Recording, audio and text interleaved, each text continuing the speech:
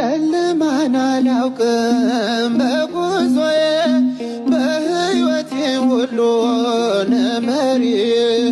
ተጓዝኩኝ ሌቱን በብርሃን ባንተ አየሁኝ መሻገርን ተጓዝኩኝ ሌቱን በብርሃን ባንተ አየሁኝ መሻገርን ቸር አምላክ የእውነት ዳኛ